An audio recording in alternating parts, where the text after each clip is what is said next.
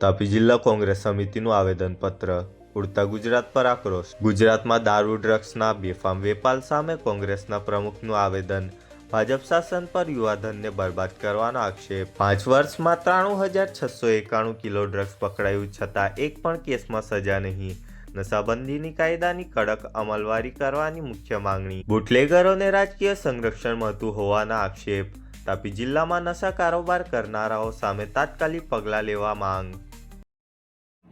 આવેદનપત્રમાં અમે માંગણી કરી છે કે જે તાપી જિલ્લામાં જે આ નશાનો કારોબાર ચાલે છે એ પોલીસ 7 દિવસમાં પગલાં લઈને એને સદંતર રીતે બંધ કરાવે, નહીં તો જે અમારા કાર્યકર્તાઓ છે અને જે સામાન્ય લોકો જે આનાથી ત્રસ્ત છે એને સાથે રાખીને કોંગ્રેસ પાર્ટી દરેક નશાના કારોબારની હાટડી પર જનતા રેડ કરશે।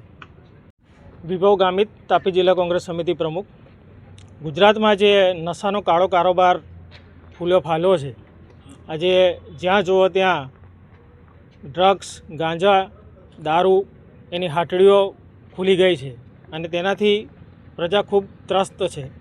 ગુજરાત પ્રદેશ કોંગ્રેસ સમિતિએ આ નશાના કાળા કારોબાર વિરુદ્ધ એક આંદોલન છેડ્યું છે અને એના ભાગરૂપે આજે અમે તાપી જિલ્લા કોંગ્રેસ સમિતિ, તાપી જિલ્લા મહિલા કોંગ્રેસ સમિતિ વતી આજે કલેક્ટરશ્રીને આવેદનપત્ર આપ્યું છે કે જે તાપી જિલ્લાના વડા છે તેમને અમે આદેશ આપવા વિનંતી કરી છે કે જે આ નશાનો કાળો કારોબાર છે એને પોલીસ તંત્ર તાપી જિલ્લામાંથી સદંતર બંધ કરાવે।